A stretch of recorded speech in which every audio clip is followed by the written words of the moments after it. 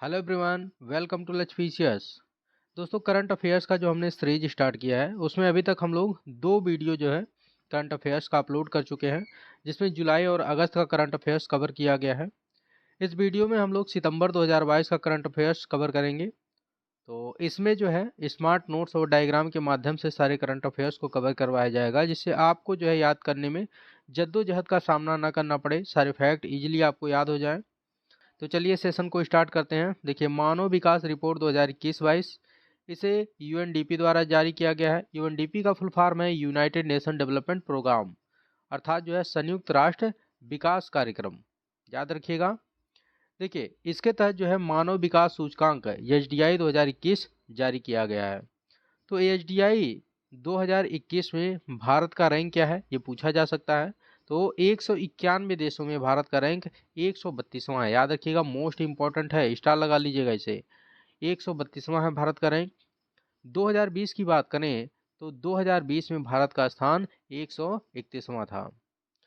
तो 2021 में रैंक क्या है, 132वां है, और 2020 में 131वां था।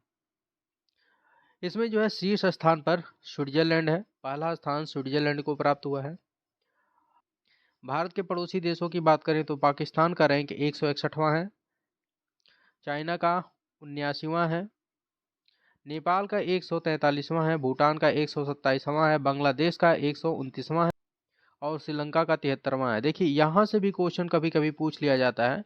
एक बार यूपी पीसीएस में पूछा गया था, जो भारत के पड़ोसी देश हैं उनका रैंक दिया गया था एक तरफ, और एक तरफ उनका नाम दिया गया था, उनको जो है मैच कराना था। तो इसको याद रखिएगा, क्योंकि कभी कभी यहाँ से भी क्वेश्चन बना दिया जाता है। देखिए, एचडीआई का आयाम तो 3 आयाम है, स्वास्थ्य, शिक्षा, जीवन स्तर। यहाँ से मोस्टली क्वेश्चन पूछा जाता है, कई बार क्वेश्चन पूछा गया है, तो इसको जो है अच्छे से याद रखिएगा। चलिए बढ़ते हैं आगे। देखिए, एससीओ शिखर सम्मेलन 2022, शंघाई सहयोग संगठन शिखर सम्मेलन 2022 का आयोजन उज्बेकिस्तान के समरकंद में किया गया है। इसका 9वां सदस्य अर्थात जो है नवीनतम सदस्य कौन है, ईरान है, याद रखिएगा, नवीनतम सदस्य जो है ईरान है। अब जो है इसके सदस्यों की संख्या कुल कितनी हो गई है, 9 हो गई है। 2023 में इसकी मेजबानी कौन कर रहा है, तो 2023 में भारत द्वारा इसकी मेजबानी की जा रही है। इसका सचिवालय बीजिंग में है।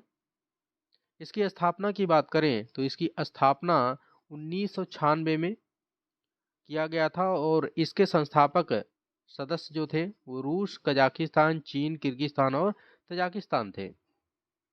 2001 में इसमें उज्बेकिस्तान को शामिल किया गया, और 2017 में भारत और पाकिस्तान को शामिल किया गया, पाकिस्तान और भारत को शामिल किया गया, और 2022 में जो है ईरान को शामिल किया गया। तो ये कुछ इंपॉर्टेंट फैक्ट है, यहाँ से क्वेश्चन पूछे जा सकते हैं, मोस्ट इंपॉर्टेंट है, इसको जो है स्टार लगा लीजिएगा।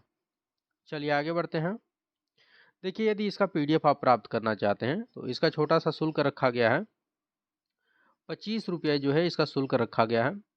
आप दिए गए नंबर पर कांटेक्ट करके इसका पीडीएफ प्राप्त कर सकते हैं। नंबर है 7007287440। इस नंबर पर कांटेक्ट करके आप व्हाट्सएप या टेलीग्राम करके पीडीएफ प्राप्त कर सकते हैं। तो चलिए आगे बढ़ते हैं। देखिए, अविवाहित महिलाओं को भी 24 सप्ताह की अवधि में गर्भपात कराने का अधिकार है, सुप्रीम कोर्ट ने ऐसा आदेश दिया है। सुप्रीम कोर्ट की कार्रवाई का सीधा प्रसारण किया जा रहा है। कब से किया जा रहा है, तो 27 सितंबर 2022 से सुप्रीम कोर्ट की सभी कार्रवाइयों का सीधा प्रसारण प्रारंभ कर दिया गया है। यह जो है किस वाद के तहत जो है प्रारंभ किया गया है, तो स्वप्निल त्रिपाठी बनाम सुप्रीम कोर्ट ऑफ इंडिया 2018 के वाद के तहत ये जो है पहल प्रारंभ किया गया है। देखिए, 6वीं Akhil Bharatiya jail duty meet 2022, इसका आयोजन गुजरात के अहमदाबाद में किया गया है। इसका उद्घाटन गृह मंत्री अमित शाह के द्वारा किया गया है। अमित शाह ने जेलों के आधुनिकीकरण पर बल दिया है। देखिए, आईटी एक्ट की धारा 66 के तहत आज भी जो है एफआईआर दर्ज हो रहे हैं, जिस पर सुप्रीम कोर्ट ने चिंता व्यक्त किया है, और राज्यों के जो है मुख्य सचिवों को, सभी राज्यों के मुख्य सचिवों को निर्देश दिया है कि 3 हफ्ते में इसके तहत दर्ज मामले को वापस लिया जाना चाहिए, क्योंकि इसको जो है इस धारा को 2015 में श्रेया सिंघल बनाम भारत संघवाद के तहत असंवैधानिक घोषित कर दिया गया है, अर्थात इसे जो है निरस्त कर दिया गया है। उसके बावजूद भी जो है इसके तहत एफआईआर दर्ज किए जा रहे हैं, तो काफी चिंता का विषय है। चलिए देखते हैं। तो धारा याद रखिएगा, आईटी एक्ट की धारा 66 पूछा जा सकता है। देखिए पेज थोड़ा सा ब्लर आया है, चलिए कोई बात नहीं है। देखिए पीएम श्री स्कूल योजना, पीएम श्री स्कूल योजना, इसका पूरा नाम है PM school for rising India, PM Shri scheme. इसकी घोषणा 5 सितंबर 2022 को शिक्षक दिवस के अवसर पर प्रधानमंत्री के द्वारा किया गया। कब किया गया? 5 सितंबर 2022 को शिक्षक दिवस के अवसर पर प्रधानमंत्री के द्वारा किया गया है। इसके तहत इसका उद्देश्य है राष्ट्रीय शिक्षा नीति 2022 के तहत मौजूदा सरकारी स्कूलों को आदर्श स्कूलों में बदलना। इसका उद्देश्य क्या है? इसका उद्देश्य है राष्ट्रीय शिक्षा नीति 2022 के तहत मौजूदा सरकारी स्कूलों को आदर्श स्कूलों में बदलना है। तो इसे याद रखिएगा, यहाँ से क्वेश्चन पूछा जा सकता है। भारत में दुर्घटना जन्य मृत्यु और आत्महत्या पर रिपोर्ट 2021, इसे जो है राष्ट्रीय अपराध रिकॉर्ड ब्यूरो एनसीआर अर्थात जो है नेशनल क्राइम रिकॉर्ड ब्यूरो द्वारा जो है जारी किया गया है।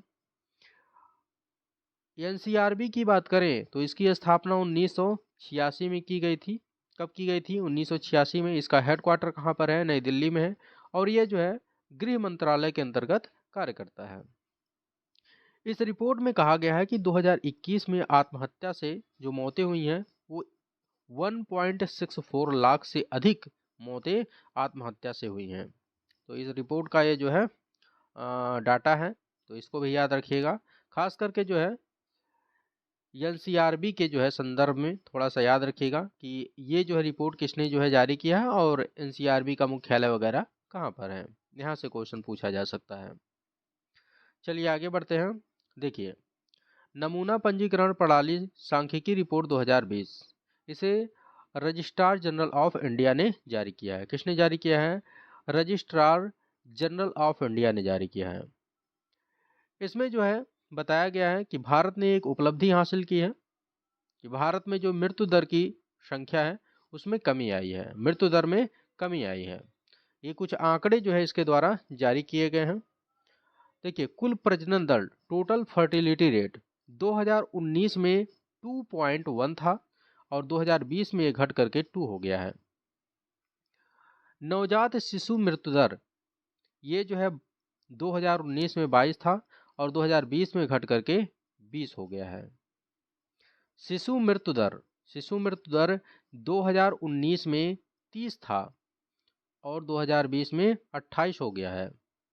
5 वर्ष से कम बच्चों की मृत्यु दर 2019 में 34 था और 2020 में घट करके 32 हो गया है। तो ये जो डेटा है इसको याद रखिएगा, यहाँ से भी क्वेश्चन पूछ लिया जाता है।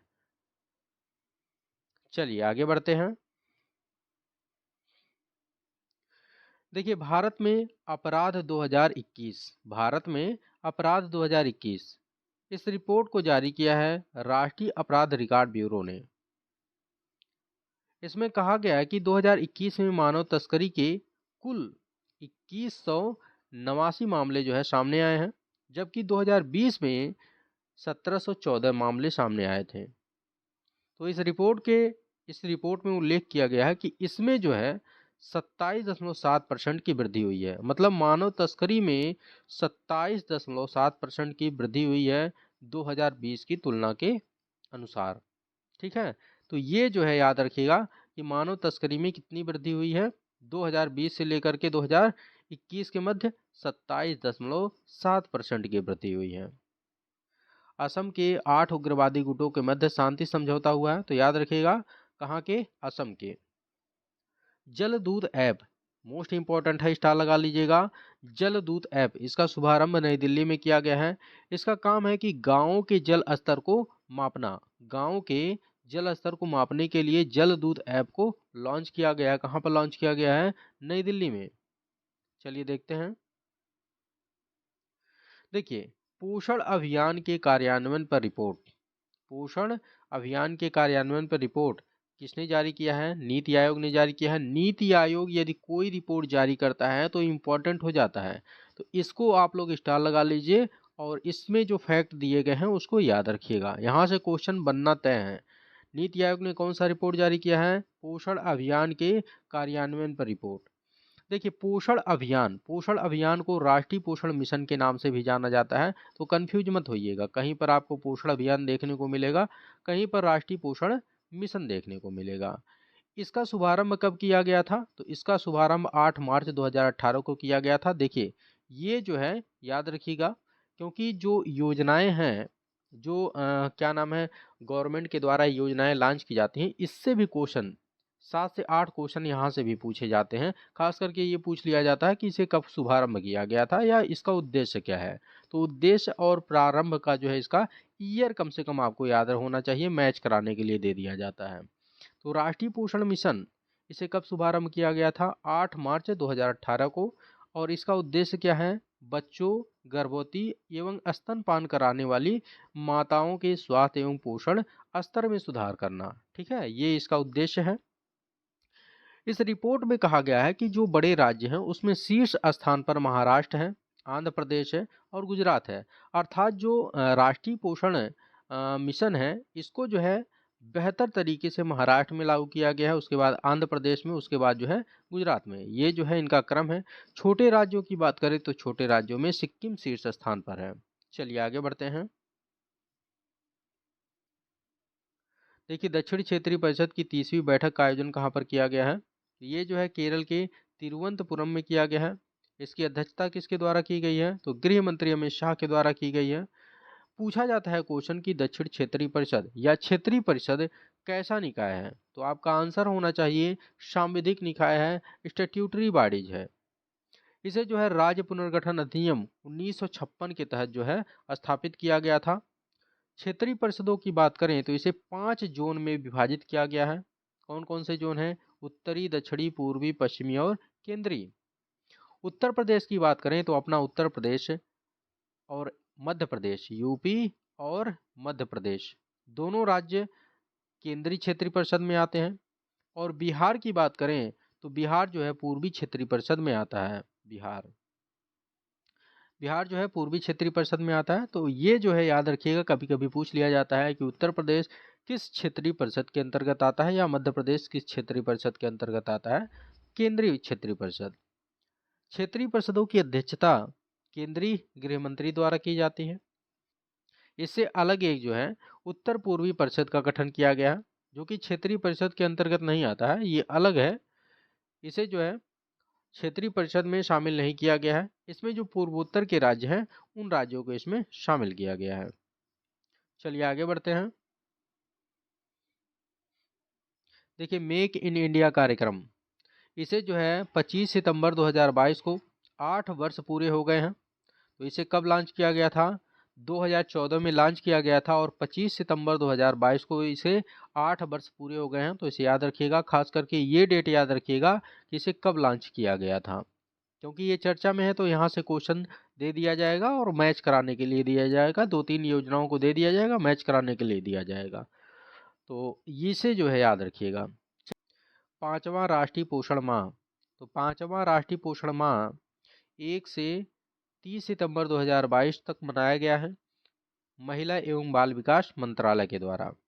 पोषण अभियान कार्यक्रम, ये इम्पोर्टेंट है। इसे 8 मार्च 2018 को प्रधानमंत्री के द्वारा लॉन्च किया गया था और इसे राजस्थान के झुंझुनू से शुरू किया गया था। कहाँ से? राजस्थान के झुंझुनू से। कर्तव्य पथ की बात करें तो देखिए, 8 सितंबर 2022 को प्रधानमंत्री के द्वारा राजपथ का नाम बदल करके कर्तव्य पथ कर दिया गया है। यह जो है राष्ट्रपति भवन से इंडिया गेट तक सड़क का विस्तार किया जाएगा इसके तहत। चलिए देखते हैं। जनरल अनिल चौहान, इन्हें देश का दूसरा सीडीएस नियुक्त किया गया है, चीफ ऑफ डिफेंस स्टाफ। तो चीफ ऑफ डिफेंस स्टाफ दूसरे कौन हैं? दूसरे हैं जनरल अनिल चौहान और पहले कौन थे? जनरल बिपिन रावत थे। इनका जो है हेलीकॉप्टर क्रैश में देहांत हो गया था। चलिए देखते हैं। स्वस्थ सबल भारत कॉन्क्लेव 2022, इसका उद्घाटन स्वास्थ्य एवं परिवार कल्याण मंत्री मनसुख मंडाविया के द्वारा किया गया है। इसका उद्देश्य है शरीर अंग नेत्रदान की स्थिति पर चर्चा करना। किस पर? शरीर अंग और नेत्रदान की स्थिति पर चर्चा करना और जन जागरूकता बढ़ाना। ठीक है, स्वास्थ्य सबल भारत कॉन्क्लेव 2022। देखिए, विशेष मातृत्व अवकाश, तो जो है कार्मिक एवं प्रशिक्षण विभाग ने एक आदेश जारी किया है कि केंद्र सरकार की सभी महिला कर्मचारी 60 दिन के विशेष मातृत्व अवकाश की हकदार हैं। कितने दिन की? 60 दिन की। किसके द्वारा ये जो आदेश जारी किया गया है? कार्मिक एवं प्रशिक्षण विभाग के द्वारा। केंद्र राज्य विज्ञान कॉन्क्लेव, तो इसका उद्घाटन कहाँ पर किया गया है? तो इसका उद्घाटन गुजरात के अहमदाबाद में प्रधानमंत्री के द्वारा किया गया है। तो याद रखिएगा, केंद्र राज्य विज्ञान कॉन्क्लेव का उद्घाटन अहमदाबाद में किया गया है। चलिए देखते हैं। देखिए, स्वच्छ अमृत महोत्सव, स्वच्छ अमृत महोत्सव स्वच्छ भारत मिशन शहरी योजना की 8 वर्ष के उपलक्ष्य में इसका जो है आयोजन किया गया है। स्वच्छ अमृत महोत्सव का आयोजन किसके उपलक्ष्य में किया गया है? स्वच्छ भारत मिशन शहरी योजना के 8 वर्ष पूरा होने के उपलक्ष्य में इसका आयोजन किया गया है। और इसका आयोजन आवास एवं शहरी मामले के मंत्री हरदीप सिंह पुरी के द्वारा किया गया है। यह महोत्सव कब तक चलेगा? तो 15 दिन तक चलने वाला यह महोत्सव है। इसका लोगो भी जारी किया गया है, स्वच्छ अमृत महोत्सव एक और कदम स्वच्छता की ओर। राष्ट्रीय रक्षा एमएसएमई कॉन्क्लेव एवं प्रदर्शनी, राष्ट्रीय रक्षा एमएसएमई कॉन्क्लेव एवं प्रदर्शनी का आयोजन कहाँ किया गया है? राजस्थान के कोटा में किया गया है। चलिए देखते हैं। चलिए अब सामाजिक घटनाक्रम देख लेते हैं। देखिए, अनुसूचित जनजाति की सूची में 4 नई जनजातियों को शामिल किया गया है। तो देख लेते हैं ये कौन कौन सी जनजातियां हैं। देखिए, हिमाचल प्रदेश की एक जनजाति है हट्टी जनजाति, इसे जो है इस सूची में शामिल किया गया है। और तमिलनाडु की 2 जनजातियों को शामिल किया गया है। एक है नारी कोरावन जनजाति और दूसरा है कुरीबिक्करन जनजाति। क्या है? नारी कोरावन जनजाति, कुरीबिक्करन जनजाति। याद रखिएगा, ये तमिलनाडु की दोनों जनजातियां हैं। और छत्तीसगढ़ की एक जनजाति है बिंछिया जनजाति। तो ये 4 जनजातियां हैं जिन्हें अनुसूचित जनजाति की सूची में शामिल किया गया है। इसकी मंजूरी केंद्रीय मंत्रिमंडल के द्वारा दी गई है। इसके अलावा उत्तर प्रदेश की एक जनजाति है गोंड, जिसे एससी सूची, अनुसूचित जाति की सूची से निकाल करके अनुसूचित जनजाति की सूची में शामिल करने को मंजूरी भी दे दी गई है। चलिए देखते हैं। देखिए, एडाप्टेशन की प्रक्रिया से संबंधित नए नियम लागू किए गए हैं। अब अदालतों के बजाय जिला मजिस्ट्रेटों को भी गोद लेने के आदेश देने का अधिकार प्रदान किया गया। पहले ये अधिकार किसके पास केवल था? केवल अदालतों के पास था, लेकिन अब जो है जिला मजिस्ट्रेट को भी ये अधिकार मिल गया है। युवा 2.0 योजना, prime minister scheme for mentoring young authors. देखिए, इसका शुभारंभ 2 अक्टूबर 2022 को किया गया है। 2 अक्टूबर 2022 को किया गया है। ये जो है इसका दूसरा संस्करण है, लेकिन पहला संस्करण इसका जो है 29 मई 2021 को लॉन्च किया गया था। इसका उद्देश्य है युवा एवं नवोदित लेखकों 30 वर्ष से कम आयु जिसकी है उनको जो है प्रशिक्षित करने हेतु इसे प्रारंभ किया गया है। चलिए देखते हैं। प्रधानमंत्री जन आरोग्य योजना, इसने जो है 4 वर्ष पूरे कर लिए हैं। कब पूरे हुए हैं? 23 सितंबर 2022 को इस योजना के 4 वर्ष पूरे हो गए हैं। इस योजना का शुभारंभ कब किया गया था? तो 23 सितंबर 2018 को प्रधानमंत्री के द्वारा किया गया था। कहाँ से किया गया था? झारखंड के रांची से। तो ये याद रखिएगा खास करके कि जो है इसे कहाँ से प्रारंभ किया गया था और कब प्रारंभ किया गया था। तो खास करके ये डेट याद रखिएगा। देखिए, इसमें जो है स्वास्थ्य कवरेज दिया जाएगा। प्रति वर्ष प्रति परिवार 5 लाख रुपए का स्वास्थ्य कवरेज प्रदान किया जाएगा। इसमें केंद्र राज्य लागत अनुपात की बात करें तो 60:40 ये जो है केंद्र राज्य लागत अनुपात है। मतलब 60% वित्तीय वहन कौन करता है? केंद्र सरकार करता है और 40% राज्य सरकार। ई समाधान पोर्टल की बात करें तो इसे जो है यूजीसी द्वारा, विश्वविद्यालय अनुदान आयोग द्वारा प्रारंभ किया गया है और इसका उद्देश्य है शिकायतों के समाधान में तेजी लाना। राष्ट्रीय SC/ST हब कॉन्क्लेव, इसका आयोजन गुजरात के अहमदाबाद में किया गया है। राष्ट्रीय SC/ST हब योजना तथा अन्य योजनाओं के बारे में जन जागरूकता फैलाना इसका उद्देश्य है। देखिए, यदि आप यूपी PCS और RO की तैयारी कर रहे हैं तो यूपी स्पेशल जो है महत्वपूर्ण भूमिका निभाता है इसमें। तो यूपी स्पेशल का पूरा कंप्लीट वीडियो अपलोड कर दिया गया है, आपको प्लेलिस्ट सेक्शन में मिल जाएगा। तो चलिए देखते हैं। तो चलिए विरासत एवं संस्कृति से संबंधित कुछ फैक्ट देख लेते हैं। देखिए, मोहनजोदड़ो यह भी चर्चा में रहा है। पाकिस्तान के पुरातत्व विभाग ने चेतावनी जारी की है कि जो है इसे भारी वर्षा के कारण खतरा उत्पन्न हो गया है। यह जो है पाकिस्तान के सिंध प्रांत में स्थित है और एक जो है विश्व धरोहर स्थल है। पाकिस्तान में भारी वर्षा के कारण वहां पर बाढ़ की स्थिति उत्पन्न हो गई थी, जिसके कारण जो है इसे खतरा उत्पन्न हो गया था। यह जो है कांस युगीन शहरी सभ्यता है। इसे मृतकों का टीला भी कहा जाता है। याद रखिएगा, मृतकों का टीला कहा जाता है। इसकी खोज 1922 में राखल दास बनर्जी के द्वारा किया गया था। तो ये सारे फैक्ट जो है इंपॉर्टेंट है, कई बार क्वेश्चन पूछे गए हैं विभिन्न परीक्षाओं में, तो ध्यान दीजिएगा। यहाँ से जो है पशुपति की मुहर दाढ़ी वाले व्यक्ति की मूर्ति प्राप्त हुई थी। चलिए देखते हैं। देखिए, अभी हाल ही में भारतीय पुरातत्व सर्वेक्षण के द्वारा मध्य प्रदेश के बांधवगढ़ टाइगर रिजर्व में 26 बौद्ध गुफाओं की खोज की गई है। कितने बौद्ध गुफाओं की? 26। याद रखिएगा, कहाँ पर? मध्य प्रदेश के बांधवगढ़ टाइगर रिजर्व में। चलिए आगे बढ़ते हैं। देखिए, सारे जो है फैक्ट इंपॉर्टेंट है परीक्षा के दृष्टिकोण से। इसको 2 से 3 बार रिवीजन कर लेंगे तो अच्छे से सारे फैक्ट कंठस्थ हो जाएंगे। और इसका PDF यदि प्राप्त करना चाहते हैं तो इस नंबर पर कांटेक्ट कर सकते हैं 7007287440। इस नंबर पर कांटेक्ट करके आप PDF प्राप्त कर सकते हैं। इसका छोटा सा शुल्क है कितना? 25 रुपया। चलिए देखते हैं। देखिए, UNESCO global network of learning cities, इसमें तेलंगाना के वारंगल, केरल के त्रिशूर और नीलांबूर, इन 3 जो है शहरों को शामिल किया गया है। इसमें ऐसे शहर शामिल होते हैं जो अपने समुदायों में आजीवन सीखने की प्रवृत्ति को बढ़ावा देते हैं। कौन कौन से वो शहर हैं? वारंगल है, त्रिशूर है और नीलांबूर है। इन्हें याद रखिएगा। किस सूची में शामिल किए गए हैं? UNESCO global network of learning cities की सूची में। नुआखाई उत्सव, नुआखाई उत्सव कहाँ पर मनाया जाता है? तो ये उत्सव उड़ीसा में मनाया जाता है। ये जो है एक कृषि प्रधान उत्सव है।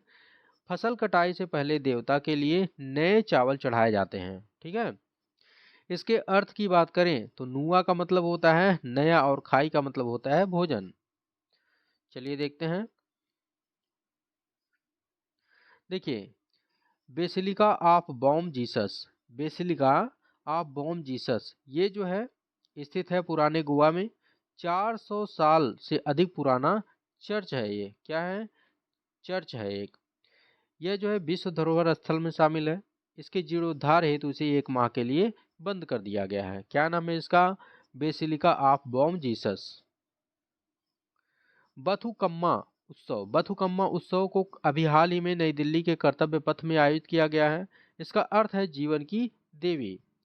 यह जो है तेलंगाना में मनाया जाने वाला एक वार्षिक पुष्प उत्सव है। क्या है? यह तेलंगाना में मनाया जाने वाला एक वार्षिक पुष्प उत्सव है। तेलंगाना का राष्ट्रीय त्योहार भी है। सुमंग लीला महोत्सव, सुमंग लीला महोत्सव ये मणिपुर के इम्फाल में शुरू हुआ है। चलिए देखते हैं। देखिए, अनंगताल झील ये कहाँ पर स्थित है? ये जो है दक्षिणी दिल्ली में स्थित है।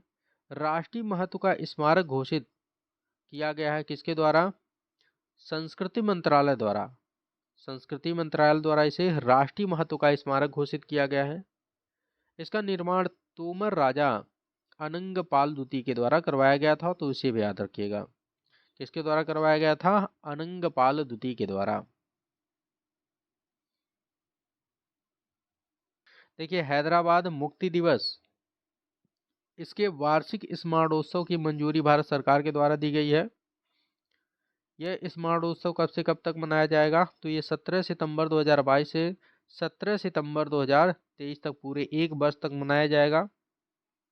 यह सरदार वल्लभ भाई पटेल द्वारा ऑपरेशन पोलो के तहत 17 सितंबर 1948 को हैदरा को निजाम से आज़ाद करवाए जाने के उपलक्ष्य में मनाया जाता है, हैदराबाद मुक्ति दिवस। तो इसे याद रखिएगा, कौन सा ऑपरेशन था, ऑपरेशन पोलो। चलिए अब आर्थिक घटनाक्रम देख लेते हैं। देखिए IDF वर्ल्ड डेयरी समिट 2022, इसका उद्घाटन प्रधानमंत्री के द्वारा ग्रेटर नोएडा में किया गया है। इससे पूर्व यह सम्मेलन भारत में 1974 में आयोजित हुआ था। वैश्विक नवाचार सूचकांक 2022, वैश्विक नवाचार सूचकांक 2022 ग्लोबल इनोवेशन इंडेक्स 2022, इसे कौन जारी करता है, यहाँ से क्वेश्चन बनना तय है, स्टार लगा लीजिएगा, मोस्ट इंपॉर्टेंट है। वैश्विक नवाचार सूचकांक इसे जारी करता है विश्व बौद्धिक संपदा संगठन WIPO। इसमें प्रथम स्थान स्विट्जरलैंड को प्राप्त हुआ है। भारत को 132 देशों में 40वां स्थान प्राप्त हुआ है। 2021 में भारत का रैंक 46वां था। चलिए देखते हैं, तो खास करके भारत का रैंक याद रखिएगा। देखिए भारत के विदेशी ऋण पर स्थिति रिपोर्ट 2021-22। देखिए मार्च 2021 में भारत का विदेशी ऋण लगभग 573 US डॉलर था और मार्च 2022 में यह बढ़ करके कितना हो गया है, यह जो है 620 बिलियन अमेरिकी डॉलर हो गया है। इसमें कितनी वृद्धि हुई है, 8.2% की वृद्धि हुई है। चलिए देखते हैं। देखिए बेरोजगारी दर से संबंधित राष्ट्रीय प्रतिदर सर्वेक्षण द्वारा आंकड़े जारी किए गए हैं, जिसमें बताया गया है कि देश में बेरोजगारी दर में गिरावट आई है। रिपोर्ट में बताया गया है कि 15 वर्ष और उससे अधिक आयु के लोग जो शहरी क्षेत्र में रहते थे, उनमें जो है अप्रैल जून 2022 में पुरुषों में 12.6% बेरोजगारी था और महिलाओं में 14.3% बेरोजगारी था।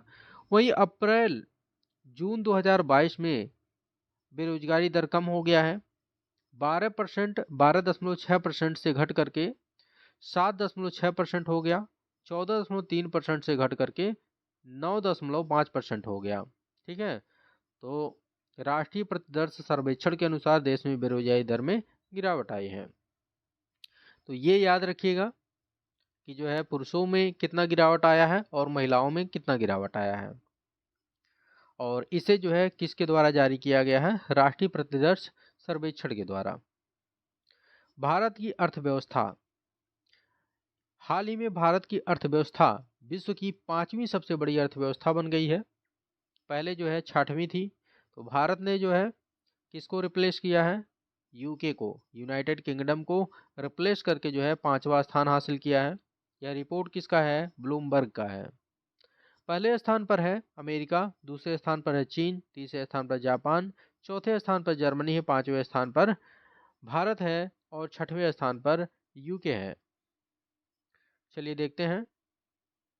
देखिए किरीट पारिक समिति का गठन पेट्रोलियम एवं प्राकृतिक गैस मंत्रालय के द्वारा किया गया है। इसका कार्य क्या है, इसका कार्य है मौजूदा गैस मूल्य निर्धारण फार्मूले की समीक्षा करना। तो याद रखिएगा किरीट पारिक समिति।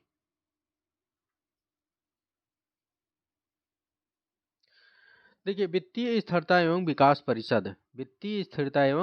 परिषद, इसकी 26वीं बैठक मुंबई में आयोजित की गई है। इसकी अध्यक्षता वित्त मंत्री निर्मला सीतारमण द्वारा किया गया है। इसकी सिफारिश किसके द्वारा की गई थी, तो 2008 में इसके गठन की सिफारिश रघुराम राजन के द्वारा किया गया था और इनकी सिफारिश के आधार पर 2010 में इसकी स्थापना की गई थी। इसका उद्देश्य वित्तीय क्षेत्र में सुधार करना। सतत पहल, सतत का फुल फॉर्म क्या है, इसका फुल फॉर्म है sustainable alternative towards affordable transportation, किफायती परिवहन के लिए अस्थायी विकल्प। इसका उद्देश्य है बायोमास स्रोतों, सीवेज उपचार संयंत्र अपशिष्ट इत्यादि से संपीड़ित बायोगैस का उत्पादन करना। तो याद रखिएगा सतत पहल। चलिए देखते हैं। देखिए विंडफॉल टैक्स याद रखिएगा नया टर्म है। भारत सरकार द्वारा घरेलू स्तर पर उत्पादित कच्चे तेल तेल कच्चे तेल पर लगाया गया टैक्स क्या कहलाता है? विंडफॉल टैक्स कहलाता है। इसका उद्देश्य है स्थानीय आपूर्ति में वृद्धि करना और राजस्व को बढ़ावा देना। पीएलआई योजना, इसे जो है इलेक्ट्रॉनिक्स विनिर्माण क्षेत्र के लिए मंजूरी दिया गया है। दामोदरन समिति, इसका गठन वित्त मंत्रालय के द्वारा किया गया है। ये 6 सदस्यीय समिति है।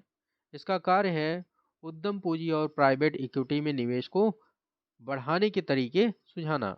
याद रखिएगा दामोदरन समिति किसके द्वारा गठित किया गया है? वित्त मंत्रालय के द्वारा।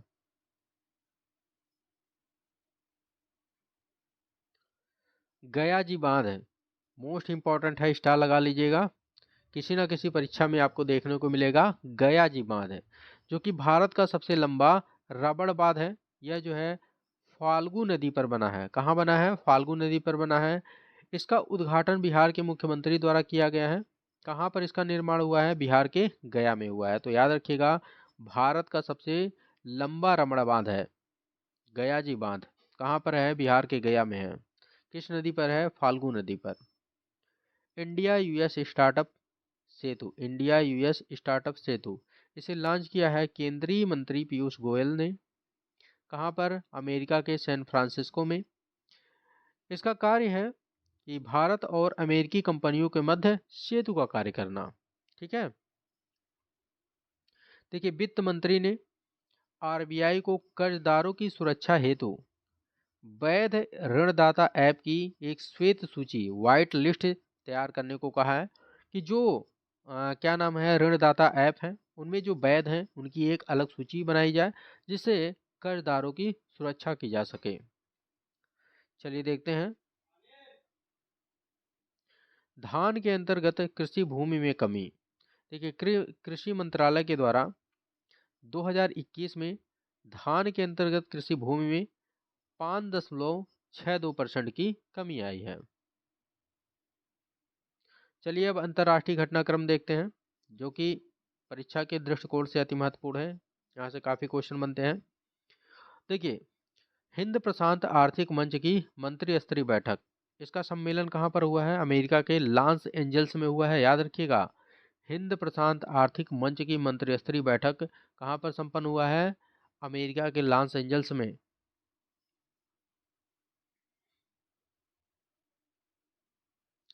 भारत जापान 2+2 मंत्री स्तरीय संवाद, ये जो है जापान के टोक्यो में संपन्न हुआ है।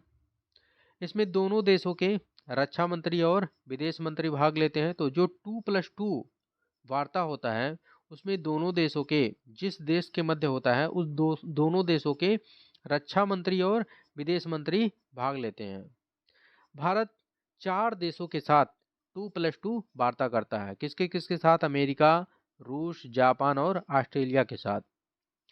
भारत जापान के मध्य कुछ युद्धाभ्यास होते हैं, देख लेते हैं। यहाँ से भी क्वेश्चन देखने को मिलते हैं। धर्म गार्जियन, ये जो है थल सेना युद्धाभ्यास है, भारत और जापान के मध्य होता है। वायुसेना युद्धाभ्यास भारत और जापान के मध्य जो होता है उसका नाम है शिन्यू मैत्री। क्या है? शिन्यू मैत्री। जिमेक्स, ये जो है समुद्री अभ्यास है, भारत और जापान के मध्य होता है जिमेक्स। सहयोग काइजिन, ये जो है तटरक्षक बल द्वारा आयोजित युद्धाभ्यास है, ये भारत और जापान के मध्य होता है। तो ये कुछ युद्धाभ्यास है, इनका नाम याद रखिएगा। धर्म गार्जियन, शिन्यू मैत्री, जिमेक्स और सहयोग काइजिन। देखिए भारत बांग्लादेश कुशियारा नदी समझौता, इस पर हाल ही में हस्ताक्षर किया गया है। बांग्लादेश की प्रधानमंत्री शेख हसीना अभी भारत की यात्रा पर थी, इसी दौरान इन्होंने इस पर जो है हस्ताक्षर किया है। भारत यूएई संयुक्त आयोग की बैठक, ये जो है यूएई के अबू धाबी में संपन्न हुआ है।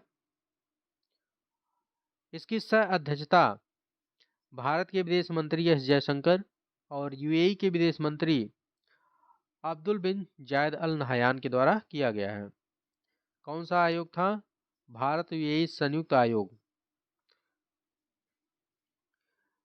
10 से 12 सितंबर 2022 के दौरान भारतीय विदेश मंत्री डॉक्टर एस जयशंकर सऊदी अरब की अपनी पहली आधिकारिक यात्रा पर थे। कहाँ की यात्रा पर? सऊदी अरब। याद रखिएगा, सितंबर 2022 में विदेश मंत्री द्वारा किया गया है सऊदी अरब की आधिकारिक यात्रा। देखिए, लाचिन कॉरिडोर एक पहाड़ी राजमार्ग है जो कि आर्मेनिया और नागोर्नो कराबाख के एनक्लेव को जोड़ती है। ये कहाँ पर है? ये जो है आर्मेनिया में है। लाचिन कॉरिडोर अभी जो है काफी चर्चा में रहा है, तो इसे याद रखिएगा। चलिए देखते हैं। श्रीलंका और आईएमएफ के मध्य लगभग 2.9 बिलियन डॉलर का ऋण समझौता हुआ है, तो इसे भी याद रखिएगा। परमाणु अप्रसार संधि NPT, treaty on the non proliferation of nuclear weapons. Full form क्या है? Treaty on the non proliferation of nuclear weapon. इसका जो है 10वां समीक्षा सम्मेलन अमेरिका के न्यूयॉर्क में हुआ है।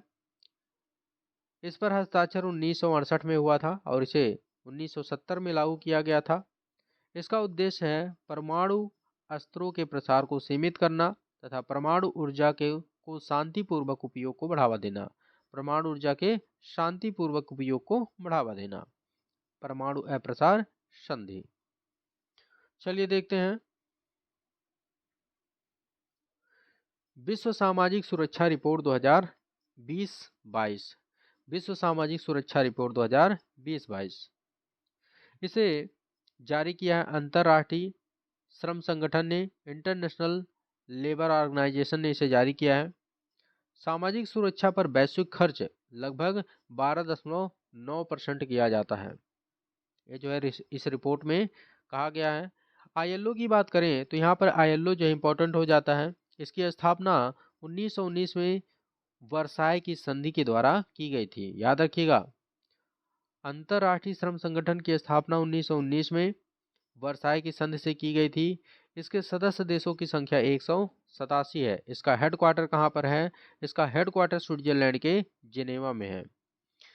यह जो है इसके अलावा अन्य रिपोर्ट जारी करता है जो कि वर्ल्ड ऑफ वर्क रिपोर्ट कहलाता है। ग्लोबल वेज रिपोर्ट भी ये जारी करता है। ये इम्पोर्टेंट है, स्टार लगा लीजिए। इसे नोबेल शांति पुरस्कार 1969 में प्रदान किया गया था। कब प्रदान किया गया था? 1969 में। तो अंतर्राष्ट्रीय श्रम संगठन को नोबेल शांति पुरस्कार का प्रदान किया गया था 1969 में। चलिए देखते हैं। देखिए, 7वां पूर्वी आर्थिक मंच की बैठक कहाँ पर हुआ है? तो ये रूस के व्लादिवोस्तोक में हुआ है। व्लादिवोस्तोक। आभासी रूप से इसे प्रधानमंत्री के द्वारा संबोधित किया गया है। इसका थीम है the path to a multipolar world. The path to a multipolar world. इसकी स्थापना 2015 में रूस के राष्ट्रपति व्लादिमीर पुतिन के द्वारा की गई थी। इसका उद्देश्य है रूस के सुदूर पूर्व के आर्थिक विकास का समर्थन करना तथा एशिया प्रशांत क्षेत्र में अंतर्राष्ट्रीय सहयोग को विस्तृत करना इसका उद्देश्य है। इसकी स्थापना कब हुई थी? 2015 में रूस के राष्ट्रपति व्लादिमीर पुतिन के द्वारा। इंडो पैसिफिक त्रिपक्षीय ढांचा, इसे स्थापित करने पर सहमति हुए हैं भारत और फ्रांस। चलिए देखते हैं। देखिए, भारत चीन की सेनाओं की 8 सितंबर 2022 को वापसी हुई है। कहाँ से हुई है? पूर्वी लद्दाख में एलएसी के गोगरा हाट स्प्रिंग क्षेत्र में पेट्रोलिंग पॉइंट 15 से इनकी वापसी हुई है, दोनों देशों की सेनाओं की। याद रखिएगा। बोस्तोक 2022 युद्धाभ्यास कहाँ पर संपन्न हुआ है? रूस के सर्गेवेस्की में हुआ है। कहाँ पर हुआ है? रूस के सर्गेवेस्की में। इसमें भारत, चीन समेत विभिन्न देशों ने हिस्सा लिया है। चलिए अब पर्यावरण एवं जैव विविधता से संबंधित कुछ फैक्ट देखते हैं। देखिए, getting India to net zero report, इसे जो है पूर्व ऑस्ट्रेलियाई प्रधानमंत्री केविन रूड द्वारा नई दिल्ली में जारी किया गया है। रिपोर्ट में उल्लेख किया गया है कि 2070 तक शून्य शुद्ध उत्सर्जन का लक्ष्य प्राप्त करने हेतु भारत को 10 ट्रिलियन डॉलर की निवेश की आवश्यकता है। कितना trillion dollar? 10 trillion dollar. Bharat ने शून्य शुद्ध उत्सर्जन का लक्ष्य कब तक रखा है? याद रखिएगा 2070 तक। यहाँ से क्वेश्चन आपको देखने को मिल सकते हैं। देखिए शुद्ध शून्य उत्सर्जन क्या है? देखिए यहाँ से क्वेश्चन पीसीएस 2020 में पूछा जा चुका है प्रारंभिक परीक्षा में। देखते हैं इसमें किसी देश के उत्सर्जन को वायुमंडल से ग्रीन हाउस गैसों के अवशोषण तथा निराकरण के द्वारा क्षतिपूरित किया जाता है, तो इसे जो है शुद्ध शून्य उत्सर्जन कहा जाता है। भारत ने इसे प्राप्त करने का लक्ष्य 2070 रखा है। याद रखिएगा 2070।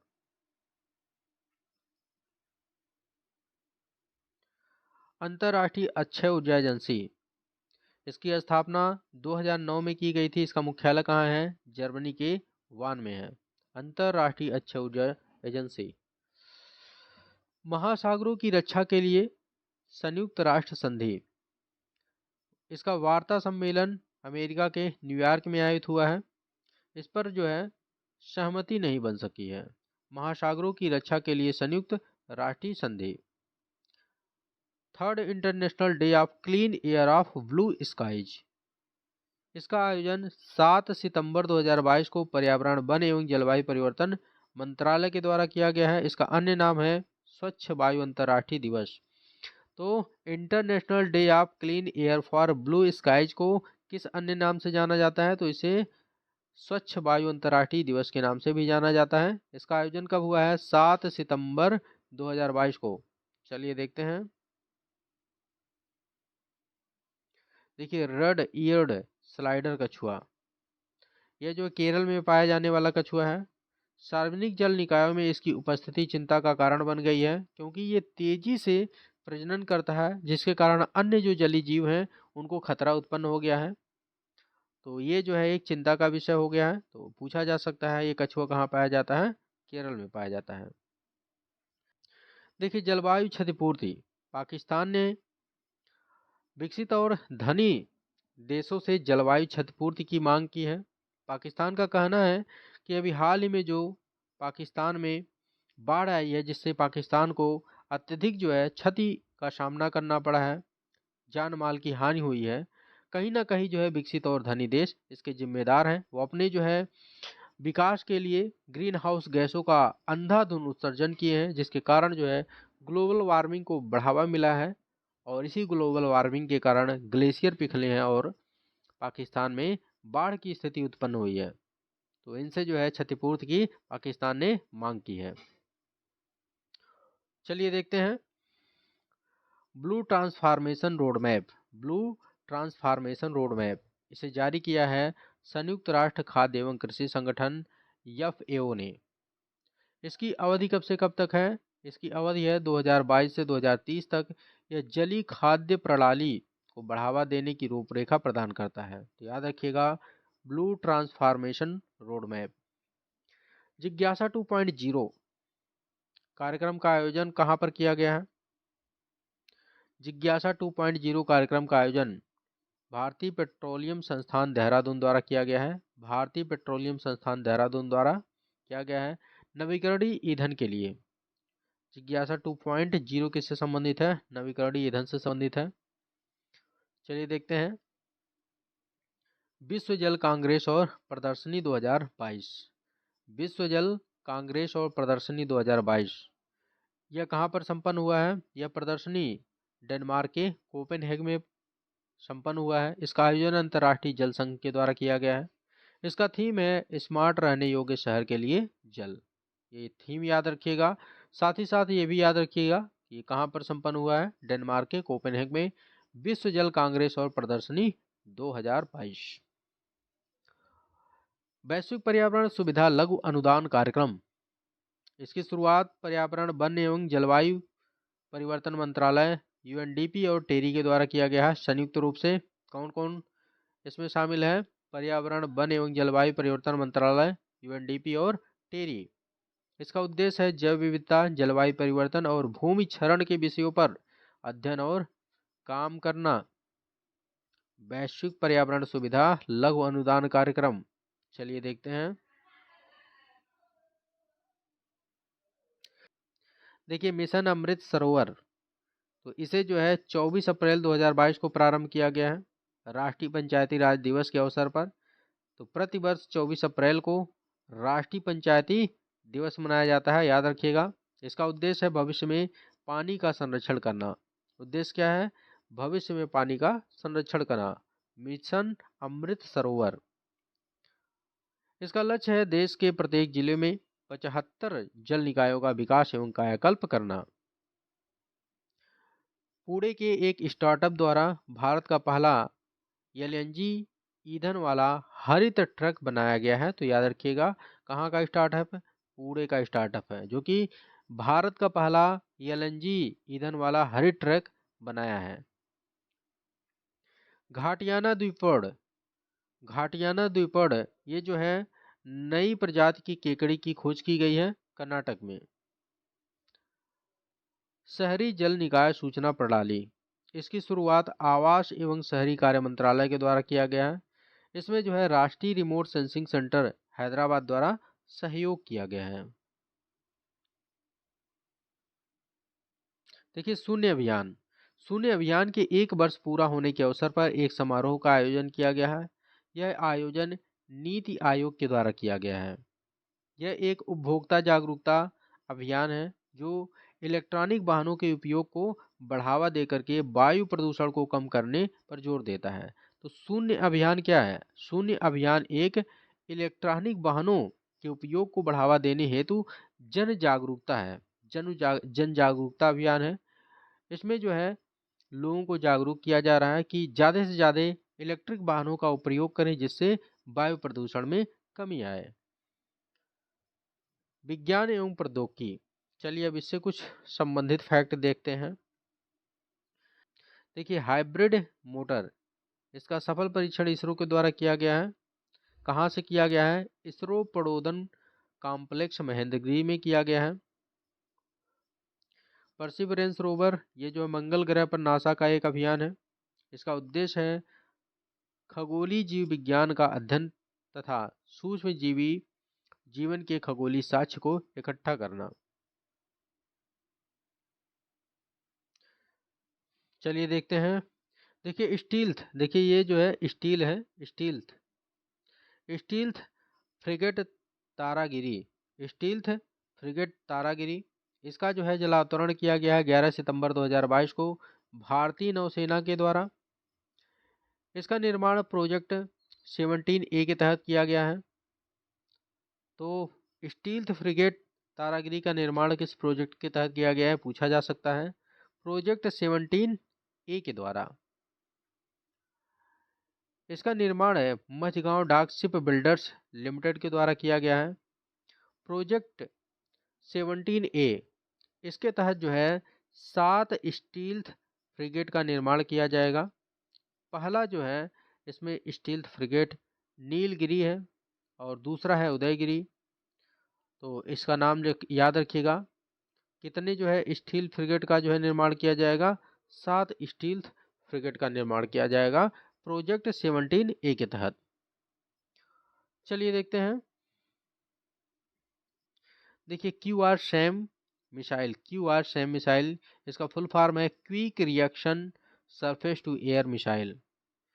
इसका सफल परीक्षण डीआरडीओ के द्वारा चांदीपुर स्थित इंटीग्रेटेड टेस्ट रेंज से किया गया है। यह जो है दुश्मन के हवाई हमलों से सेना की रक्षा करेगा, सेना को एक सुरक्षा कवच प्रदान करेगा। चलिए देखते हैं। देखिए अंतरराष्ट्रीय काउंटर रैंसमवेयर अभ्यास, यह जो है एक अंतरराष्ट्रीय स्तर पर साइबर हमले से निपटने हेतु एक ड्रिल है। क्या है? एक ड्रिल है जो कि भारत और यूके के नेतृत्व में आयोजित किया गया है, अंतरराष्ट्रीय काउंटर रैंसमवेयर अभ्यास। तो इसे याद रखिएगा, इसका नेतृत्व भारत और यूके ने किया है। रसायन एवं उर्वरक मंत्रालय द्वारा नैनो यूरिया के व्यावसायिक उपयोग को अनुमति। तो रसायन एवं उर्वरक मंत्रालय द्वारा नैनो यूरिया के व्यावसायिक उपयोग को मंजूरी दे दी गई है। प्रधानमंत्री टीबी मुक्त भारत अभियान, इसे जो है राष्ट्रपति के द्वारा 9 सितंबर 2019 को प्रारंभ किया गया है। टीबी मुक्त भारत का लक्ष्य कब तक है? 2025 तक है। यह पहल स्वास्थ्य एवं परिवार कल्याण मंत्रालय द्वारा किया गया है। चलिए देखते हैं।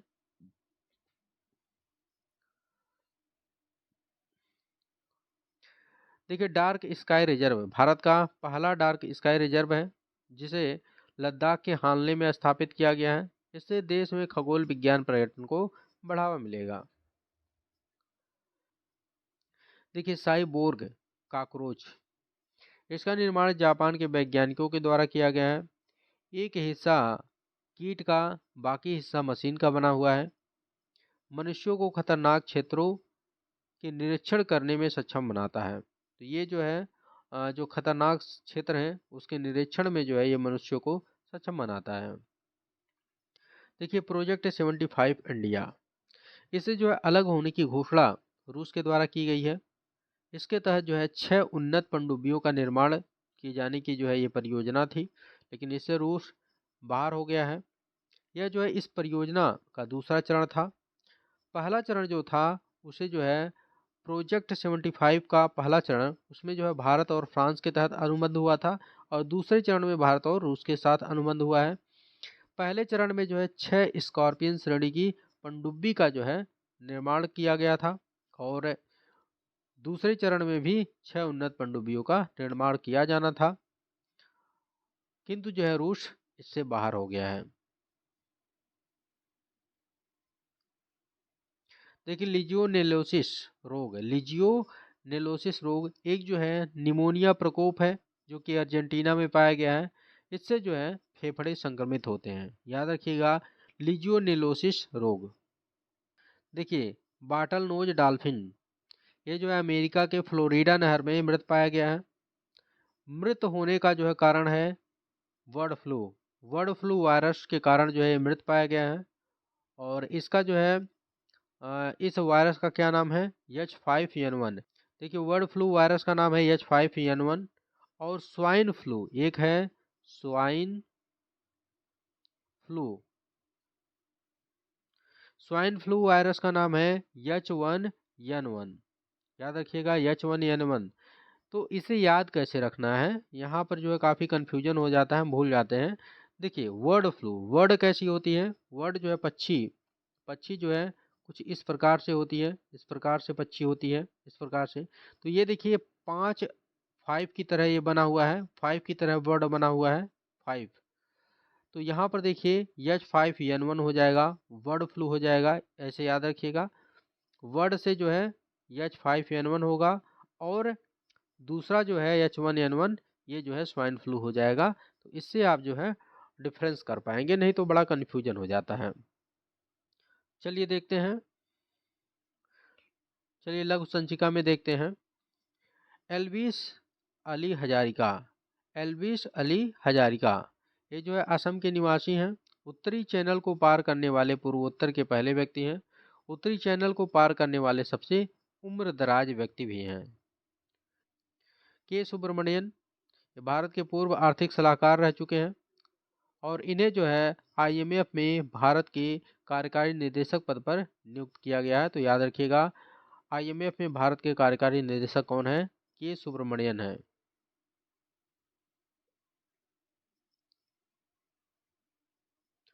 राष्ट्रीय कानूनी सेवा प्राधिकरण, राष्ट्रीय कानूनी सेवा प्राधिकरण के कार्यकारी अध्यक्ष कौन है? न्यायमूर्ति DY चंद्रचूड़, जो कि भारत के मुख्य न्यायाधीश भी हैं इस समय। इसकी स्थापना 1995 में की गई थी, और इसका मुख्यालय नई दिल्ली में है। यह जो है समाज के कमजोर वर्गों को मुफ्त कानूनी सेवाएं प्रदान करता है। देखिए, जयंती पटनायक मोस्ट इम्पोर्टेंट है, स्टार लगा लीजिएगा, इनका निधन हो गया हाल ही में। ये जो है महिला आयोग की प्रथम अध्यक्ष थी। और वर्तमान में अध्यक्ष कौन है? वर्तमान में महिला आयोग के अध्यक्ष हैं रेखा शर्मा। कौन है? रेखा शर्मा। महिला आयोग का गठन कब किया गया था? तो महिला आयोग का गठन याद रखिएगा 1992 में किया गया था। यहाँ से भी क्वेश्चन एक बार पूछा गया है। अभिजीत सेन, इनका निधन हो गया है। ये प्रसिद्ध कृषि अर्थशास्त्री और योजना आयोग के पूर्व सदस्य थे। कृषि लागत और मूल्य आयोग के पूर्व अध्यक्ष भी रह चुके हैं अभिजीत सेन। ओबी शेख अली का निधन हो गया है। इनका संबंध इतिहास से था, इतिहासकार थे। बिरजू शाह का निधन हो गया, जो कि मुक्केबाज थे भारतीय मुक्केबाज थे। इन्होंने 1994 राष्ट्रमंडल और एशियाई खेलों में कांस्य पदक जीता था।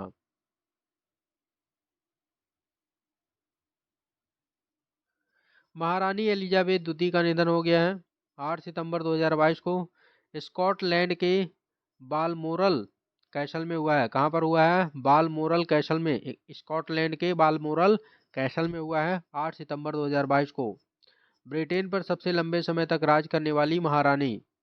इन्होंने 14 प्रधानमंत्रियों को देखा है। अपने समय में 14 प्रधानमंत्रियों को देखा है। पुरस्कार व सम्मान चलिए देखते हैं। देखिए, 67वां फिल्म फेयर अवार्ड 2022, इसका आयोजन मुंबई में किया गया है। इसमें सर्वश्रेष्ठ फिल्म का पुरस्कार शेर शाह को प्रदान किया गया है। सर्वश्रेष्ठ निर्देशक का पुरस्कार शेर शाह के डायरेक्टर विष्णुवर्धन को प्रदान किया गया है। सर्वश्रेष्ठ अभिनेता का पुरस्कार रणवीर सिंह को प्रदान किया गया है 83 फिल्म के लिए। सर्वश्रेष्ठ अभिनेत्री का पुरस्कार कृति सेनन को प्रदान किया गया है मिमी फिल्म के लिए। सर्वश्रेष्ठ फिल्म क्रिटिक्स का पुरस्कार सरदार उधम को प्रदान किया गया है, जिसका डायरेक्टर सुजीत सरकार हैं। सर्वश्रेष्ठ अभिनेता क्रिटिक्स तो विक्की कौशल को प्रदान किया गया है सरदार उधम फिल्म के लिए। सर्वश्रेष्ठ अभिनेत्री क्रिटिक्स का पुरस्कार विद्या बालन को प्रदान किया गया है शेरनी फिल्म के लिए। चलिए देखते हैं।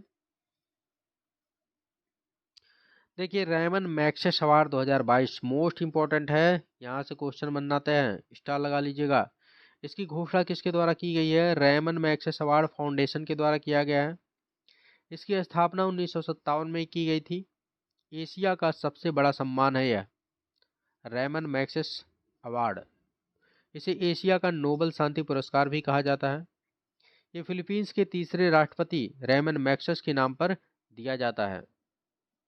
देखिए, भारत की के शैलजा ने इसे लेने से इनकार कर दिया है। मोस्ट इंपॉर्टेंट है, यह नाम याद रखिएगा। के शैलजा भारत के हैं जिन्होंने ये पुरस्कार लेने से इनकार कर दिया है। अन्य 4 विजेता जो हैं, देखिए इनका नाम है। देखिए, कंबोडिया के जो है मनोचिकित्सक हैं सोथियारा चिम, इन्हें ये पुरस्कार मिला है। 4 लोगों को मिला है। सोथियारा चिम कंबोडिया के हैं, मनोचिकित्सक हैं। और जो है जापान के नेत्र रोग विशेषज्ञ हैं हदाशी हटोरी। क्या नाम है? हदाशी हटोरी। फिलीपींस के बच्चों के चिकित्सक हैं वर्नडेट मैड्रिड। क्या नाम है? वर्नडेट मैड्रिड। और इंडोनेशिया के कार्यकर्ता और फिल्म निर्माता हैं गैरी बेंचेघिव। क्या नाम है? गैरी बेंचेघिव। तो इन 4 लोगों को जो है रेमन मैग्सेसे अवार्ड 2022 से सम्मानित किया गया है। प्रथम भारतीय जो कि इससे सम्मानित हुए थे 1958 में विनोबा भावे प्रथम भारतीय थे जिन्हें रेमन मैग्सेसे अवार्ड से सम्मानित किया गया था। और 2019 में यह पुरस्कार रवीश कुमार को प्रदान किया गया। पत्रकार थे भारत के रवीश कुमार।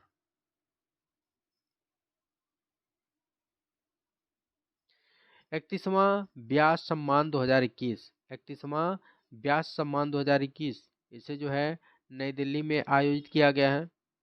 इसके विजेता हैं डॉक्टर असगर वजाहत। कौन है? असगर वजाहत हैं। किस नाटक के लिए इन्हें प्रदान किया गया है यह पुरस्कार? महाबली के लिए। याद रखिएगा, महाबली के लिए डॉक्टर असगर वजाहत को 31वां व्यास सम्मान 2021 प्रदान किया गया है। और 2020 में किसे प्रदान किया गया था? शरद पगारे को। यह पुरस्कार के बिड़ला फाउंडेशन के द्वारा प्रदान किया जाता है। यह पुरस्कार सर्वप्रथम किसे प्रदान किया गया था? तो 1991 में राम विलास शर्मा को प्रदान किया गया था। देखिए एमी अवार्ड अमेरिका के पूर्व राष्ट्रपति बराक ओबामा को प्रदान किया गया है। इससे पहले ये 2 बार ये पुरस्कार जीत चुके हैं। प्रथम अमेरिकी राष्ट्रपति जिन्होंने यह पुरस्कार जीता था उनका नाम था ड्वाइट डी आइजनहावर। क्या नाम था? Dwight D Eisenhower. Barack Obama America के दूसरे राष्ट्रपति हैं जिन्हें यह अवार्ड मिला है। साहित्य पुरस्कार, साहित्य पुरस्कार ये जो है तेलुगु अभिनेता हैं तनिकेला भरानी, इन्हें जो है यह प्रदान किया गया है। आंध्र प्रदेश का ज्ञानपीठ पुरस्कार के नाम से यह लोकप्रिय है। तो ये आंध्र प्रदेश का ज्ञानपीठ पुरस्कार है, साहित्य पुरस्कार। इससे जो है तनिकेला भरानी सम्मानित किए गए हैं। देखिए 52वां दादा साहब फाल्के पुरस्कार 2020, इससे जो है अभिनेत्री आशा पारेख को सम्मानित किया गया है। आशा पारेख को 1992 में पद्म श्री पुरस्कार से भी सम्मानित किया गया था। यह सम्मान इन्हें राष्ट्रपति द्वारा नई दिल्ली में दी गई है। 2019 में दादा साहब फाल्के पुरस्कार रजनीकांत को प्रदान किया गया था और 2018 में अमिताभ बच्चन को। भारतीय सिनेमा के जनक दादा साहब फाल्के की याद में इसे प्रदान किया जाता है। देखिए राष्ट्रीय लता मंगेशकर पुरस्कार, इसे मध्य प्रदेश के संस्कृत विभाग द्वारा प्रदान किया गया है। पुरस्कार राशि जो है 2 लाख रुपए होती है। 2019 में इससे शैलेंद्र सिंह को सम्मानित किया गया था। 2020 में आनंद मिलिंद को सम्मानित किया गया था और 2021 में कुमार सानू को इससे सम्मानित किया गया। चलिए देखते हैं।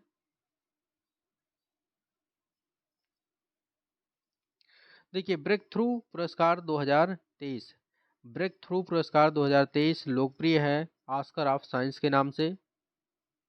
इसके विजेता हैं डेनियल स्लीपमैन। कौन है? डेनियल स्लीपमैन। सैद्धांतिक कंप्यूटर और गणित की खोज के लिए इन्हें यह प्रदान किया गया है। चार्ल्स बेनेट, गाइल्स ब्रासर्ड, डेविड ड्यूस और पीटर शोर, इन्हें क्वांटम सूचना के लिए यह पुरस्कार प्रदान किया गया है। क्लिफोर्ड ब्रैंगबिन और एंथोनी हाइमन, इन्हें जो है जीव विज्ञान हेतु यह पुरस्कार प्रदान किया गया है। सारेक्स समुद्री खोज और बचाव अभ्यास, सारेक्स, इसे जो है चेन्नई में आयोजित किया गया है भारतीय तटरक्षक बल के द्वारा। इसका थीम है समुद्री यात्री सुरक्षा के लिए क्षमता निर्माण। चलिए देखते हैं। देखिए साइबर सुरक्षा अभ्यास सिनर्जी, इसे जो है सफलतापूर्वक डिजाइन और संचालित किया गया है भारतीय computer emergency response team CERT In के द्वारा। यह जो है सिंगापुर साइबर सुरक्षा एजेंसी के सहयोग से डिजाइन और संचालित किया जा रहा है। इसका नाम क्या है? साइबर सुरक्षा अभ्यास सिनर्जी। चलिए कुछ चर्चित पुस्तक हैं, देख लेते हैं पुस्तक और उसके लेखक का नाम। देखिए रजनी के मंत्र, ये जो है पीसी बाल सुब्रमण्यम के द्वारा लिखा गया पुस्तक है रजनी के मंत्र। क्रिसमस स्प्रिंग नवतेज सरना द्वारा लिखित पुस्तक है क्रिसमस स्प्रिंग, याद रखिएगा। अंबेडकर एक जीवन, संविधानवादी लेखक शशि थरूर ने इसे लिखा है अंबेडकर एक जीवन संविधानवादी लेखन। नेक्स्ट है डू डिफरेंट द अनटोल्ड ध्वनि, इसे जया भट्टाचार्य और अमित सिन्हा द्वारा लिखा गया है। तो इनका नाम याद रखिएगा, डू डिफरेंट द अनटोल्ड ध्वनि। फॉरगॉटन रिफ्यूजी नंदिता हक्सर ने इसे लिखा है, Nandita Haksar. The last white man, the last white man किसने लिखा है? मोहसिन हामिद ने, याद रखिएगा मोहसिन हामिद। चलिए कुछ चर्चित दिवस हैं, देख लेते हैं। देखिए 1 से 7 सितंबर राष्ट्रीय पोषण सप्ताह मनाया गया है। 1 से 7 सितंबर याद रखिएगा, इसका थीम है जायके की दुनिया। 1 से 30 सितंबर राष्ट्रीय पोषण माह मनाया गया है। इसका थीम है महिला एवं स्वास्थ्य और बच्चा एवं शिक्षा। 8 सितंबर को अंतर्राष्ट्रीय साक्षरता दिवस मनाया गया है। इसका थीम है transforming literacy learning space. Theme क्या है? Transforming literacy learning space. चलिए देखते हैं। देखिए 14 सितंबर को हिंदी दिवस मनाया गया है। 14 सितंबर को हिंदी दिवस मनाया जाता है प्रतिवर्ष। 15 सितंबर को अंतर्राष्ट्रीय लोकतंत्र दिवस मनाया जाता है, याद रखिएगा। 16 सितंबर मोस्ट इम्पॉर्टेंट है। 16 सितंबर कई बार पूछा गया है, विश्व ओजोन दिवस। इसका थीम क्या है? इसका थीम है पृथ्वी पर जीवन की रक्षा करने वाला वैश्विक सहयोग, global cooperation to save life on earth. Most important है इसे। 16 सितंबर विश्व ओजोन दिवस, याद रखिएगा। 27 सितंबर विश्व पर्यटन दिवस। इसका थीम है रीथिंकिंग टूरिज्म। क्या है? Rethinking tourism. चलिए देखते हैं, कुछ वन लाइनर फैक्ट दिए गए हैं, देख लेते हैं। देखिए, किसे पहली बार महारानी एलिजाबेथ द्वितीय वुमेन ऑफ द ईयर पुरस्कार से सम्मानित किया गया है? तो ब्रिटिश गृह सचिव हैं सुएला ब्रेवरमैन। क्या नाम है इनका? Suella Braverman. इन्हें जो है पहला महारानी एलिजाबेथ द्वितीय वुमेन ऑफ द ईयर पुरस्कार प्रदान किया गया है। किस एयरपोर्ट को एयरपोर्ट सर्विस क्वालिटी अवार्ड 2022 से सम्मानित किया गया है? तो कौन सा एयरपोर्ट है? Cochin international airport limited. देखिए, सिविलियर डेला लीजन डी होनूर, सिविलियर डेला लीजन डी होनूर knight of the legion of honour है। ये कहाँ का है? ये जो है सर्वोच्च फ्रांसीसी नागरिक पुरस्कार है। इससे स्वाति पीरामल को सम्मानित किया गया है, याद रखिएगा, स्वाति पीरामल। नेक्स्ट क्वेश्चन है, चलिए देखते हैं। देखिए, भारतीय चिकित्सा अनुसंधान परिषद, इसके महानिदेशक नियुक्त किए गए हैं राजीव बहल, याद रखिएगा, Rajiv Bahl. Data security council of India, इसके सीईओ नियुक्त हुए हैं विनायक गोडसे, विनायक गोडसे। कर्मचारी राज्य बीमा निगम, इसके महानिदेशक नियुक्त हुए हैं राजेश कुमार। दिल्ली एम्स के निदेशक कौन नियुक्त हुए हैं? Doctor M Srinivas, doctor M Srinivas. Hockey India के अध्यक्ष नियुक्त हुए हैं दिलीप तिर्की। क्या नाम है? दिलीप तिर्की हॉकी इंडिया के अध्यक्ष हैं। देश की सबसे बड़ी दोपहिया वाहन निर्माता कंपनी हीरो मोटोकॉर्प के ब्रांड एम्बेसडर बने हैं अभिनेता रामचरण। कौन बने हैं? रामचरण, याद रखिएगा। भारतीय सेना रक्षा भू सूचना विज्ञान और अनुसंधान प्रतिष्ठान ने अपना पहला हिमस्खलन निगरानी रडार कहाँ स्थापित किया है? उत्तरी सिक्किम में, याद रखिएगा, उत्तरी सिक्किम। चलिए देखते हैं, किस राज्य में भारत का पहला फुल आर्म ट्रांसप्लांट सफलतापूर्वक किया गया है? फुल आर्म ट्रांसप्लांट कहाँ पर किया गया है? केरल में। एहतियाती खुराक प्रिकॉशनरी डोज का 100% कवरेज हासिल करने वाला पहला राज्य या केंद्र शासित प्रदेश है अंडमान और निकोबार द्वीप समूह। अंडमान निकोबार द्वीप समूह भारत का पहला स्वच्छ सुजल प्रदेश है, याद रखिएगा। भारत का पहला स्वच्छ सुजल प्रदेश कौन सा है? अंडमान निकोबार द्वीप समूह है। इसकी घोषणा केंद्रीय जल शक्ति मंत्री द्वारा की गई है। इटली की पहली महिला प्रधानमंत्री कौन बनी है? Giorgio Meloni. कौन बनी है? Giorgio Meloni. चलिए देखते हैं। देखिए, अंतरिक्ष में सबसे लंबे समय तक अकेले रहने का रिकॉर्ड रखने वाले व्यक्ति का निधन हो गया। उनका क्या नाम था? वालेरी पालाको। क्या नाम था? वालेरी पालाको। चलिए अब राज्य से संबंधित कुछ योजना और परियोजना देख लेते हैं। राज्यनामा में महिला निधि ऋण योजना, इसकी शुरुआत राजस्थान के मुख्यमंत्री द्वारा की गई है। महिलाओं के सामाजिक और आर्थिक विकास हेतु राजस्थान महिला निधि ऋण योजना लॉन्च करने वाला दूसरा राज्य है। ऐसा ऐसा जो है योजना लॉन्च करने वाला पहला राज्य तेलंगाना है। राजस्थान हस्तशिल्प नीति 2022, इससे जो है राजस्थान कैबिनेट के द्वारा मंजूरी प्रदान की गई है। जोधपुर में हस्तशिल्प डिजाइन केंद्र की स्थापना की जाएगी। कहाँ पर की जाएगी? जोधपुर में। कारीगरों द्वारा लिए गए 3 लाख रुपए के ऋण तक ब्याज का 100% राज्य सरकार वहन करेगी। इंदिरा गांधी शहरी रोजगार योजना, इसे राजस्थान सरकार के द्वारा प्रारंभ किया गया है। यह जो है मनरेगा के तर्ज पर प्रारंभ किया गया है। इसमें जो है शहरों में रहने वाले गरीब और जरूरतमंद परिवारों को 1 वर्ष में 100 दिन का रोजगार प्रदान करने हेतु प्रारंभ किया गया है।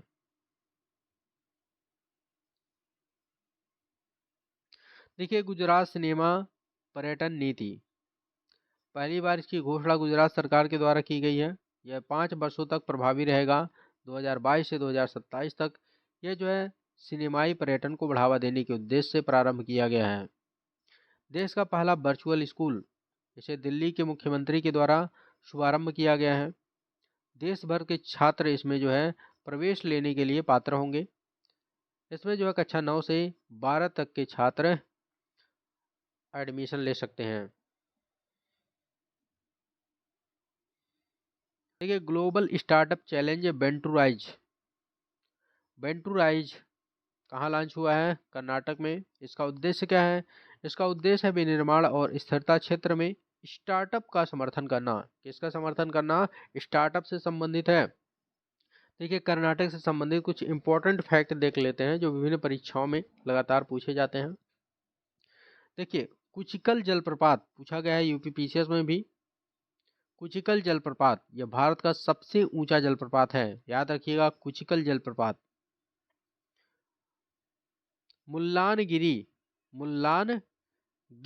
कर्नाटक की सबसे ऊंची चोटी है। कर्नाटक में 5 टाइगर रिजर्व हैं: बांदीपुर, भद्रा, नागरहोल, दांदेली अंसी, बिलीगिरी रंगनाथ स्वामी मंदिर टाइगर रिजर्व है। बिलीगिरी रंगनाथ स्वामी मंदिर टाइगर रिजर्व, ये जो है 5 टाइगर रिजर्व कर्नाटक में है। इनका नाम याद रखिएगा, यहाँ से भी क्वेश्चन देखने को मिलता है। देखिए, ई गवर्नेंस पोर्टल समर्थ को उत्तराखंड के द्वारा लॉन्च किया गया है। यह शिक्षा व्यवस्था को पारदर्शी बनाने हेतु लॉन्च किया गया है। पुदुमई पेन योजना, इसे तमिलनाडु के द्वारा शुरू किया गया है। क्या नाम है इसका? पुदुमई पेन योजना। यह योजना वित्तीय सहायता योजना है। वित्तीय सहायता योजना है यह। इसमें जो है कक्षा 6 से 12 तक के सभी छात्रों को उच्च शिक्षा हासिल करने हेतु प्रति माह 1000 रुपये का वित्तीय सहायता प्रदान किया जाएगा। किसके द्वारा? तमिलनाडु सरकार के द्वारा। क्या नाम है योजना का? पुदुमई पेन योजना। चलिए देखते हैं। देखिए, हमार बेटी हमार मान अभियान, क्या नाम है? हमार बेटी हमार मान अभियान। इसे छत्तीसगढ़ सरकार के द्वारा शुरू किया गया है। महिलाओं की सुरक्षा हेतु इसे प्रारंभ किया गया है। चलिए देखते हैं। देखिए, कल्याण चौबे अखिल भारतीय फुटबॉल महासंघ के अध्यक्ष बने हैं। ये पूर्व फुटबॉलर रह चुके हैं।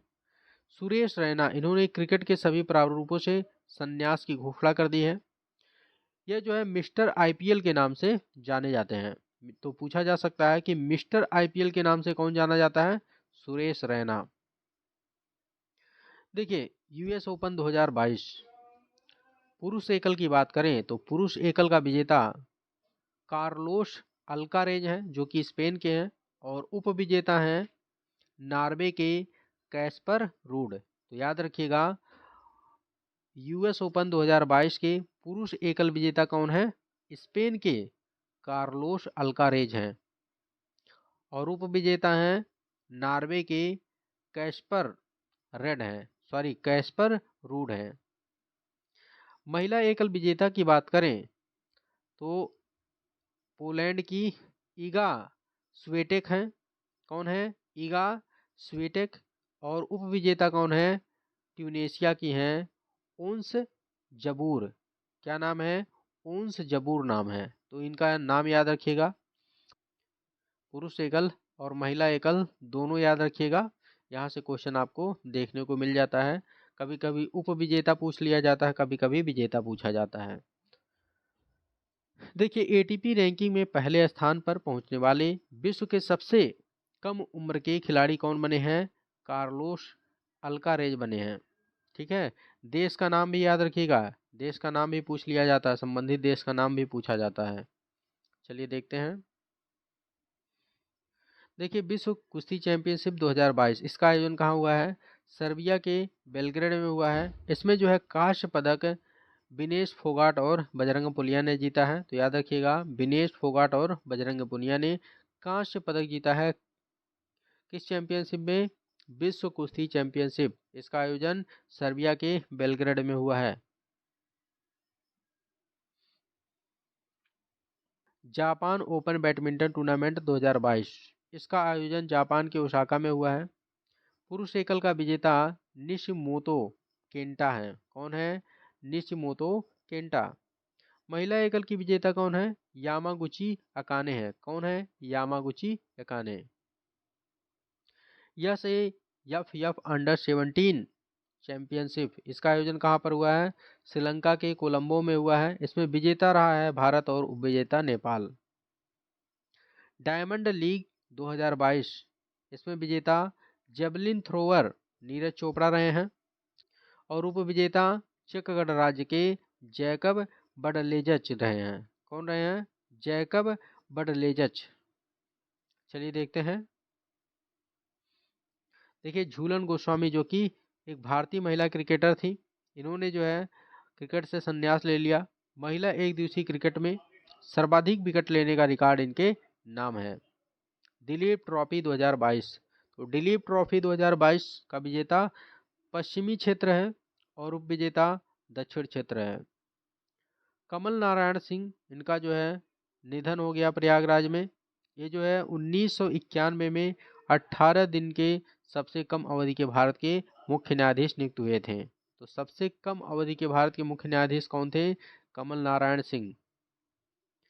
कॉलिन डी ग्रैंड होम अंतर्राष्ट्रीय क्रिकेट से इन्होंने संन्यास ले लिया, न्यूजीलैंड के हैं। मुशफिकुर रहीम इन्होंने टी20 क्रिकेट से संन्यास लिया है, जो कि बांग्लादेश के हैं।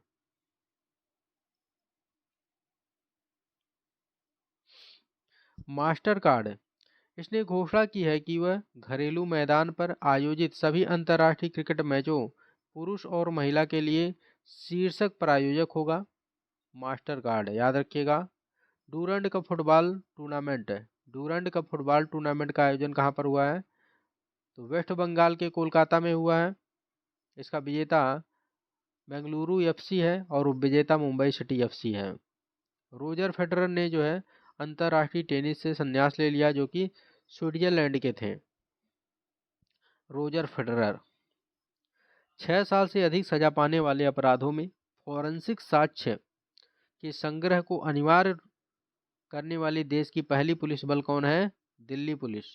तो यदि जो है कोई 6 साल से अधिक सजा पाता है तो उससे संबंधित जो फॉरेंसिक साक्ष्य है उसका संग्रह किया जाएगा। ऐसा करने वाला देश का पहला पुलिस बल दिल्ली पुलिस है। किस राज्य ने कहा है कि पंचायती राज संस्थाओं की किसी भी बैठक में निर्वाचित महिलाओं के पति या रिश्तेदार को शामिल होने की अनुमति नहीं होगी? पंजाब सरकार ने। किस राज्य सरकार ने सुअर पालन को बढ़ावा देने के लिए राष्ट्रीय पशुधन मिशन के तहत रूरल बैकयार्ड पिगेरी स्कीम का शुभारंभ किया है? मेघालय सरकार ने। किस राज्य सरकार ने प्लास्टिक अपशिष्ट प्रबंधन के लिए काम करने वाली पार्ले फॉर द ओशंस के साथ एक समझौता ज्ञापन पर हस्ताक्षर किया है? आंध्र प्रदेश ने। देखिए, जेके ई कॉप ऐप किसने लॉन्च किया है? जम्मू कश्मीर पुलिस ने लॉन्च किया है, नागरिकों की शिकायत दर्ज कराने हेतु। तो याद रखिएगा, JK e cop app Jammu Kashmir police से संबंधित है। यूपी के बरेली जिले का कौन सा गांव राज्य का पहला गांव बन गया है जहां हर घर में आरओ का पानी उपलब्ध है? भरतौल गांव याद रखिएगा, भरतौल गांव जो कि रायबरेली का है। यहाँ पर हर घर में आरओ का पानी उपलब्ध है। देखिए, चुनार लॉजिस्टिक पार्क इसका शिलान्यास कहाँ पर हुआ है? मिर्जापुर में हुआ है। इसके द्वारा किया गया है, अनुप्रिया पटेल के द्वारा किया गया है, जो कि वर्तमान में केंद्रीय वाणिज्य एवं उद्योग राज्य मंत्री हैं। फतेहगढ़ सेंट्रल जेल, इसने जो है कैदियों को परोसे जाने वाले भोजन की गुणवत्ता के लिए FSSAI से 5 स्टार रेटिंग अर्जित किया है। फतेहगढ़ सेंट्रल जेल कहाँ पर स्थित है? उत्तर प्रदेश के फर्रुखाबाद में स्थित है।